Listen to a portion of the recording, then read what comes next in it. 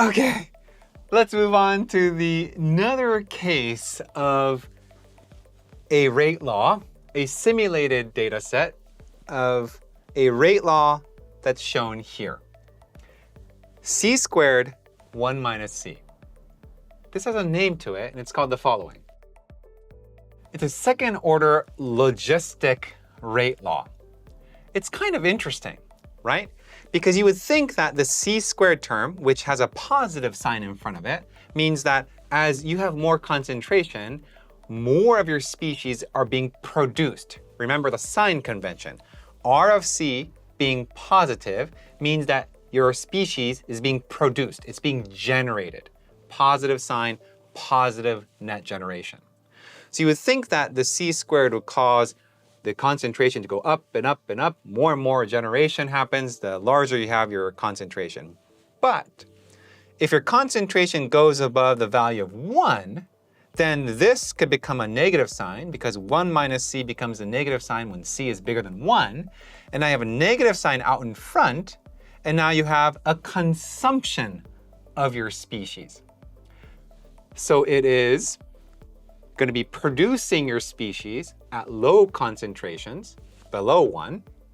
And then if you produce too much of it, you overshoot, and now you have lots of your solute in your chemical species. It's going to react away quickly, and the equilibrium position is going to be concentration of 1. When you have 1 concentration everywhere, then this rate goes to 0, and the chemical reaction stops. Okay? So let me just show you what this curve looks like. So over here on the screen, what I've done here is, again, on MATLAB, I'm going to show you the data set that I generated based upon this rate law. So first, this is sometimes called the autocatalysis, or second order logistic rate law. Here we have our formula. The rate law is c squared times 1 minus c. So now it's kind of like a reversible chemical reaction. It consumes your concentration when it's bigger than 1, but produces it when it's less than 1. I'm going to give it an initial condition for the actual PDE simulation at time t equals 0 is going to be, again, the same Gaussian, but now I'm going to put a prefactor of 2. Remember earlier, I didn't have this 2. It was just a prefactor of 1. But now it's going to go up to a concentration of 2. And I did that because I wanted this rate law to span over a concentration of both above 1 and below 1. If we just use the Gaussian example from earlier, it would only produce for all concentrations. And I wanted to flip the sign from positive to negative. And therefore, we're going to put a prefactor of 2. So it's going to be a Gaussian, still peaked at x of 1/2, but it's going to be taller, doubly taller. And I'm also going to give it Neumann boundary conditions so that the slope of your concentration profile at both boundaries is going to be set equal to 0. So there's 0 flux Neumann boundary conditions. Now first, I'm going to show you what this concentration as a function of the rate law looks like. So this is R as a function of concentration. You can see here exactly that the black curve is this second order logistic rate law, where we have for small concentrations less than 1, you have a net production. You can see here that there's a positive rate of generation. So there's reactants being produced inside your system. But at exactly c equal to 1, it dips negative. So everywhere beneath this dashed black line, which indicates the 0 line along your y-axis, everything below that over here above c equal to 0, over here in this range, c is being consumed because R is negative, which means C is going away. It's being consumed inside of your system. So you have both production and consumption happening together in the same system.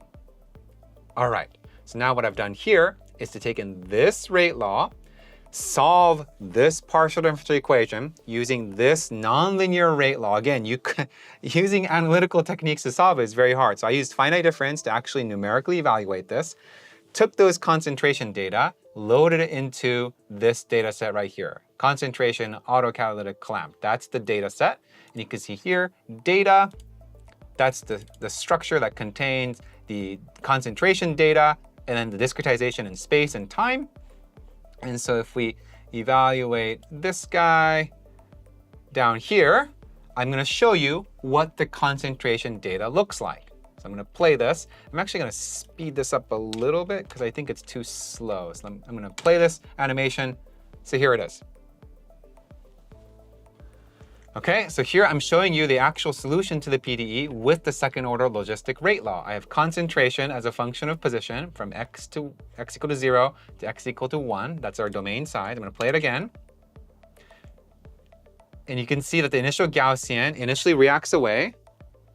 And then once the concentration drops below 1, it starts to produce the reactants because now it's going to cause a net generation because the concentration is less than 1. Remember, if the concentration is less than 1, so along your y-axis, if it's below 1, it's going to be producing your solute. And if it's above 1, everything up here, it's going to be consuming. Okay? It's going to be reacting away your solute. So let me just play that again. Maybe I'll slow it down a little bit so you can see the early time data a little bit more. Here we go. Gaussian peaked at a height of 2. That just gets consumed. And notice I have Neumann boundary conditions. So now there's 0 flux on both ends. And so essentially the reason why I put Neumann boundary conditions is because as the solute gets produced, I didn't want it to escape the boundaries. So anything that's being produced inside the domain stays inside the domain. There's no net flux of species leaving your domain. And therefore the species mass is satisfied, obeyed inside your domain. Therefore, we have this Neumann boundary condition. It's conserved. That's the word I was looking for. Oh my gosh. The chemical species is conserved inside your domain across all time. Okay, so I'm just going to play this one more time after this. Okay.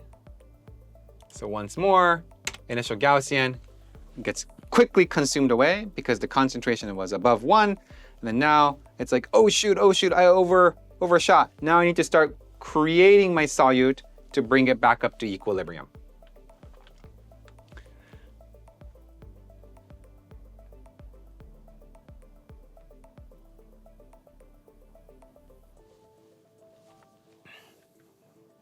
There it is. So you can tell that the final equilibrium condition is one where the concentration equals to 1 all the way across your spatial domain.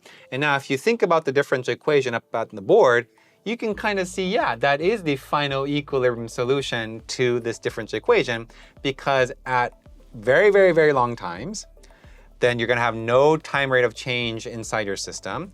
And your gradient spatially is going to be equal to 0. And finally, your rate law is also going to be equal to 0 when c is equal to 1.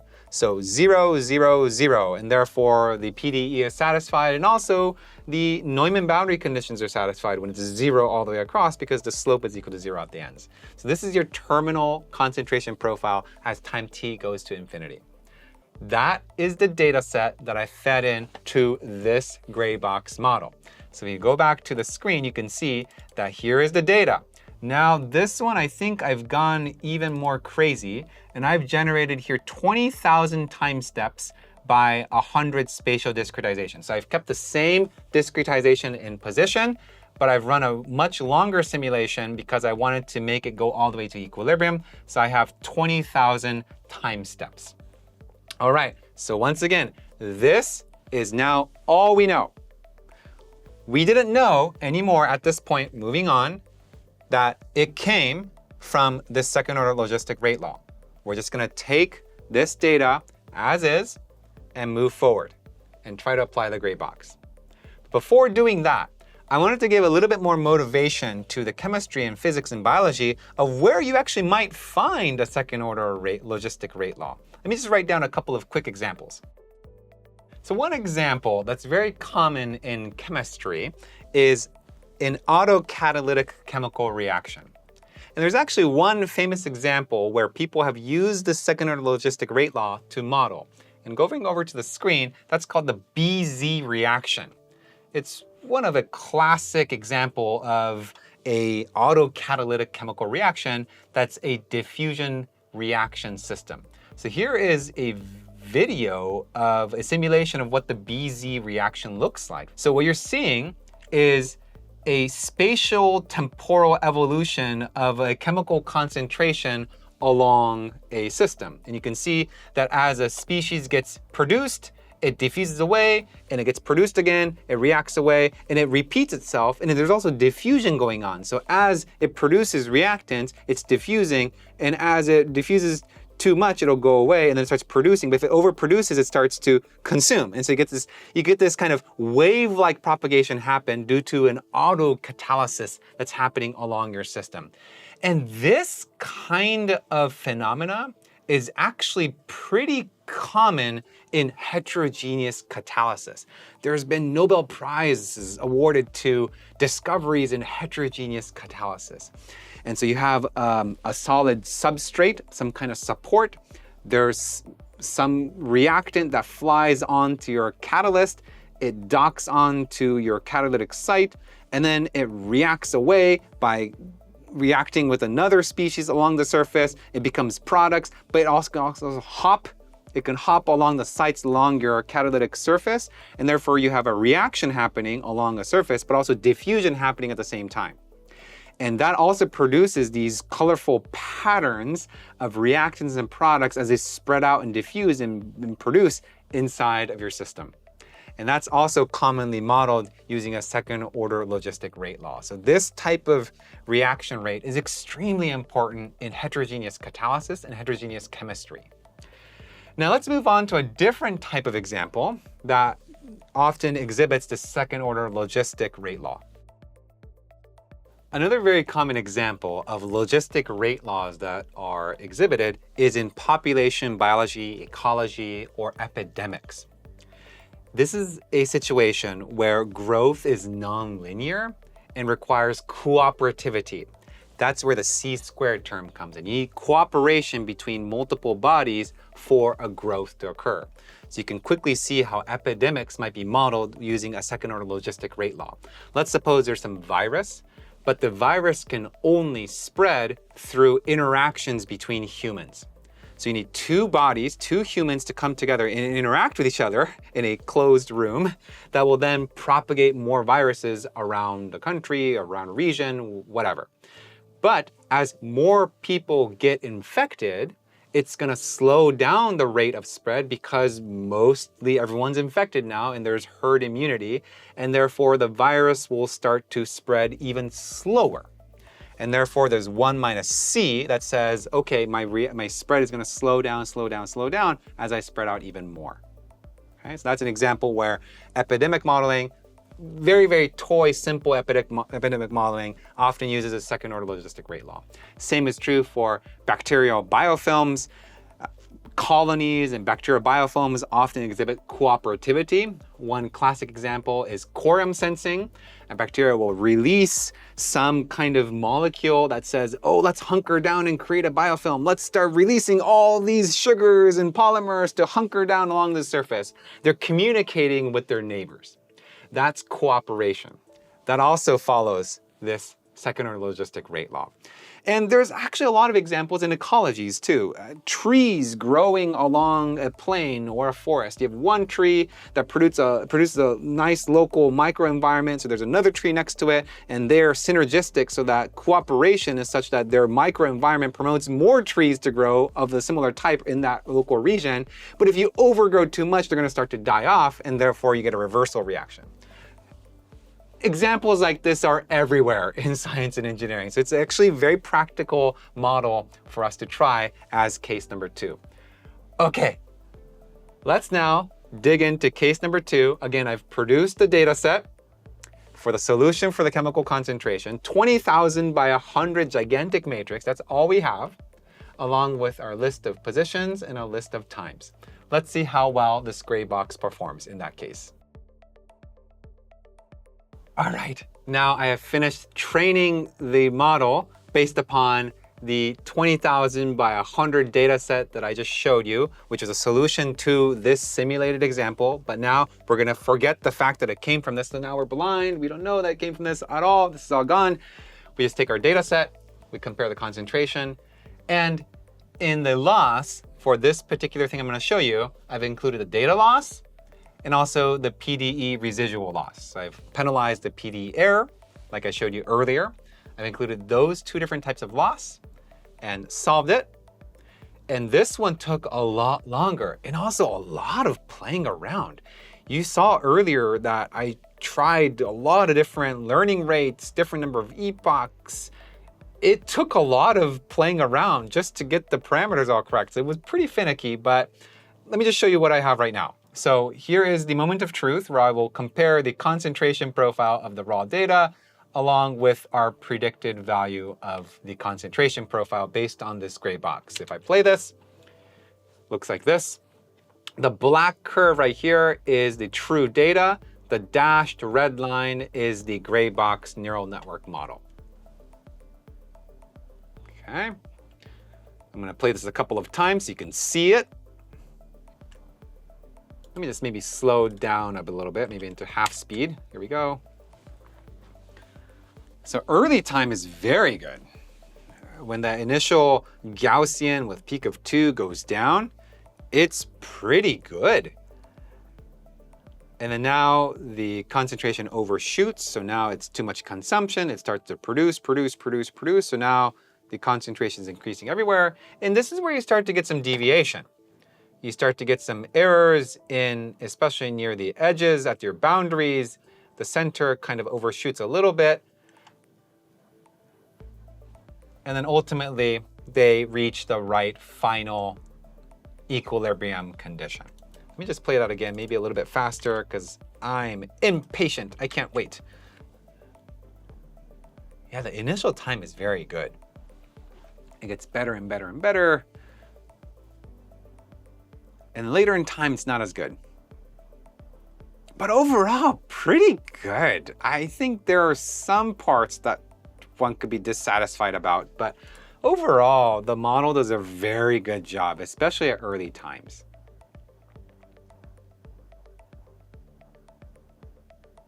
Now, one obvious thing to do, which I didn't do so carefully, because this is more of an educational video, is to add the boundary condition penalty. So you can really see that it does a really good job early on, but then the concentration at the edges are such that it doesn't quite have zero flux. You can see there's a slope of the dashed red line, so there's definitely a flux at the end. So it's satisfying the Neumann boundary conditions. There's definitely concentration of solute leaking on both ends right now. And including that boundary condition penalty that I talked about, where you penalize heavily the boundary conditions to make sure it's satisfying the Neumann boundary condition, that will probably help. But I suspect it's going to be a little finicky because you're going to need to balance out the data loss, the PDE loss. Maybe the PDE loss is not going to be as important. Well, I don't know. But see, this is where the game starts. It's a little bit uncomfortable. This is the part about this whole neural network approach that I feel very uncomfortable about, that it's finicky.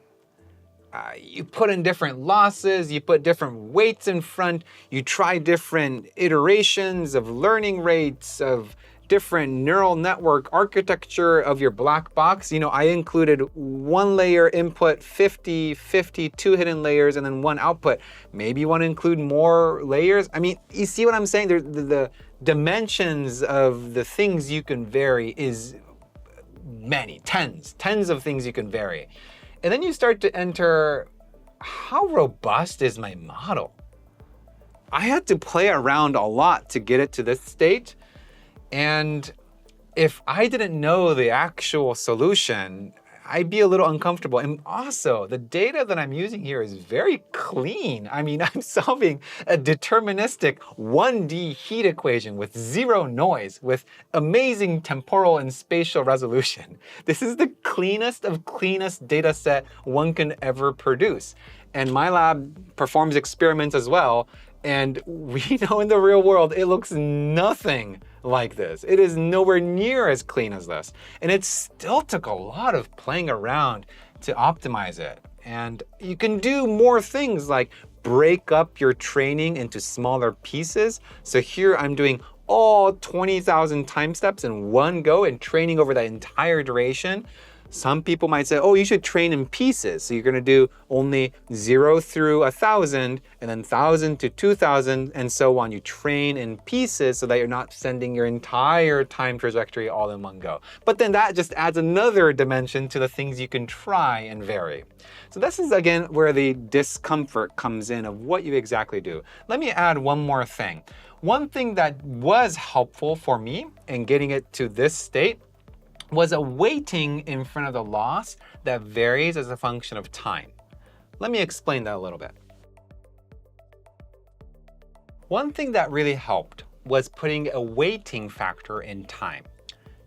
So suppose I have a concentration as a function of time. I'm plotting time here now. You're used to seeing me plot it as a function of position, but I'm plotting time because I want to show a specific feature. Whenever you are minimizing something like a loss, like I said in the previous video, you're time integrating, and therefore early time points get reflected to all future errors. So if you're off from, for example, let's just say this is your true curve based upon your data, so that's your measurement, that's truth, and your model outputs a concentration profile that is very wrong at early times, and therefore there is a sizable error between the true data and your predicted data. Then this deviation, when you sum over all the mean squared errors over your entire training cycle from 0 all the way to the final, your deviation early in time is going to propagate across your entire training. And therefore, the area underneath this curve, I mean, that's the mean squared error, essentially, right? You're taking this deviation of your prediction of your truth. That deviation is the area under the curve. You're going to add up all the area of your differential all the way from 0 to TF. And so if you're wrong early on, that's devastating for your total error because this rectangle is going to propagate all the way through, which means that the neural network is going to get a lot of training early in your time cycle. And therefore, that's why you saw also in my video that the data was actually very good. So it followed very accurately near the early time points, but in the later time points, it started to deviate. And it can afford to do that. It can afford to deviate at these times closer to the end because deviations there don't produce a lot of error. If my error is 0 all the way across, so there's 0, 0, 0, 0, there's no deviation. So it's spot on with your true data all the way. At the very end, there's a little bit of tail right here. That area under the curve is maybe the computer saying, oh, I don't really care about that. I'm going to use that degree of freedom and make sure this is all really accurate, and therefore the end, I don't really care. And that could be a problem. If you want your model to be accurate near the end, it might be a problem. So what you can do is to say, oh, in my training, I'm going to include a term that rebiases it such that I'm going to preferentially penalize the end of my time cycle. So your weighting function, in the simplest case, might look like a linear ramp up, where you can see this prefactor W, which is the weighting, is small at early times because you want to not penalize errors early in time as much, but then ramp up near the end so that you are saying, okay, I want the late stage to be even bigger hit to my overall error. And you can do other things. So going over to the screen, I want to show you what it looks like. So here is the time weight. So this is, again, during the training, part 3 of the instruction set, part 3. There is a weighting in time, so W underscore T. This is something that looks like a linear scaling. So T is linearly increasing as a function of time. So at 0 time, initially there's 0 penalty, and then it gets bigger and bigger as you get closer to the final end time. Another one is this line just below that. This one looks like 1 divided by T times total number of time steps minus T plus a small little thing to avoid dividing by 0. But the core is 1 divided by t times nt minus t. This one, going back up to the board, is a function that looks more like a U-shaped profile. It looks something more like that. It's a U-shaped profile where it's penalizing the most at the beginning and at the end, and near the middle, it doesn't penalize as much. So you can imagine, once again, you can have any function that puts a weight in front that you think is important for the dynamics of your system. I ended up showing you the solution where I put a U-shaped penalty inside my weight. So if I were to go back to the screen, you can see where this gets placed. So this weighting in time just gets multiplied as a prefactor. So this, again, is the data loss right here. I'm putting the data loss, C prediction minus the true data squared, but I'm multiplying it by this factor, WT. And this is contained inside the inner for loop of time. So as you march forward in time, it's going to be weighting the loss across your space differently depending on your time loop. Early on, you penalize it a lot. In the middle, you don't as much. At the end, you penalize it heavily again. This is the kind of strategy one could take to try to redistribute the error between your prediction and your true concentration. So that's one trick that ended up working pretty decently in showing you the solution that I showed you earlier. Now, the final thing I wanted to show you is I showed you this concentration, right? I showed you the decay. I showed you what the gray box learned from the training data. And at the end, I'm going to show you the actual rate law. So after this finishes running, I will show you what the neural network learned from this training cycle in terms of the rate law. So here it is.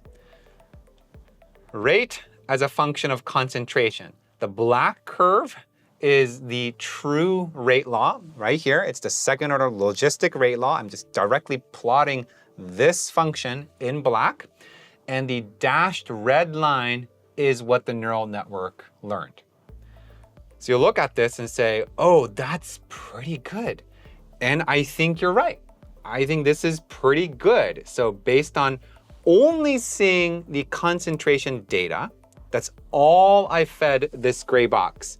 And it converged to a neural network black box model of concentration going in, rate law going out, and this is the rate law that it learned. So I fed it a string of concentration, and it produced this red dashed line. So it numerically matches pretty well with the true rate law. Now, the difficult thing after this step is to say, well, how can I make this even more interpretable? We have the dashed red line. It's just a list of numbers. We actually don't know what R of C in symbolic analytical pen and paper form actually is still. We have a numerical model that the black box produced that gives you a list of numbers. That's what's shown in the dashed red line. But we still don't know symbolically what this rate law is, and we can't really get the mechanism. So that is where it connects to the next lecture of how do you make the data that you collect and the model that you learned even more interpretable. And again, this really gets into the philosophical argument of what is a model and when are you done producing a model. If, for example, you were a population ecologist and you collected data on population of some kind of plant species inside nature, and you took a photograph, a GPS photograph of spatial localization of plants along a plane, and you did this model and you produced the dashed red curve that you see here, and you had an inkling that it has some kind of second order logistic rate law, and you produced this dashed red line and said, look, wow, it matches very closely with the second order logistic rate law, and therefore I'm going to move on with the rest of my paper with the assumption that my growth of my plant species in nature of this particular microenvironment follows the second order logistic rate law. If that's your goal, fine. I think you should just move on and finish your paper. I think that would be a really good way of going about it. But a lot of times when you're performing an experiment or you're trying to understand a system, you actually have no idea what the rate law might be like. If it's a known system with a past precedence of some kind of known rate law, like a biomolecular reaction or logistic rate law, then you can guess and check and see if it's consistent. This is more of a consistency checks. But suppose you have some weird, I don't know, complex material of a poroelastic hydrogel, and you have some measurements of some fluorescently reported protein that binds onto calcium inside this hydrogel, and it shines as it gets stretched under mechanical deformation. I have no idea what the rate law might look like. So you have no guess as to what you should even try fitting. And that again leads to the next video of how do you make the numbers that you have even more interpretable. And that's where a lot of the sparse regression techniques end up working very well. All right, that's it for today. Wow, I am a little bit tired, but I hope it was helpful. I'll get into more philosophical things about modeling in the next video. I don't really think a lot of this is quite ready yet for a casual PhD student to apply, but more on the philosophical things a little bit later. I will see you next time. Have a nice day. Bye.